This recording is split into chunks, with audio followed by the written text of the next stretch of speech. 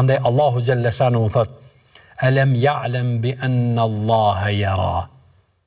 A nuk e din njeriu se Allahu xhalla shanu e shehata. A me do njeriu se mund të bëj diçka, e mund të veproj diçka, e ti ik shikimit të Allahut, e të mos e sheh Zoti i botrave? Prenga kjo shkputje e qëllimshme, e pa qëllimshme, me vetëdije, pa vetëdije, e nxitur, e lajthitur, nuk është shumë rëndësi.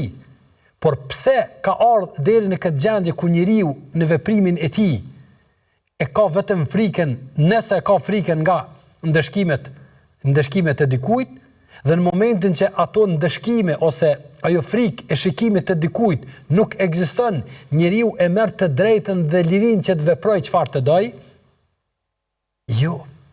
Jo njerëz, sepse Allahu subhanahu wa taala po na thot: "Alam ya'lam bi anna Allaha yara."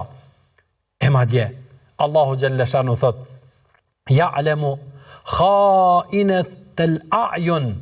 Allahu xhalla shanu është ai i cili madje e sheh dhe e din, madje shpeshherë edhe mashtrimin e syrit të njeriut.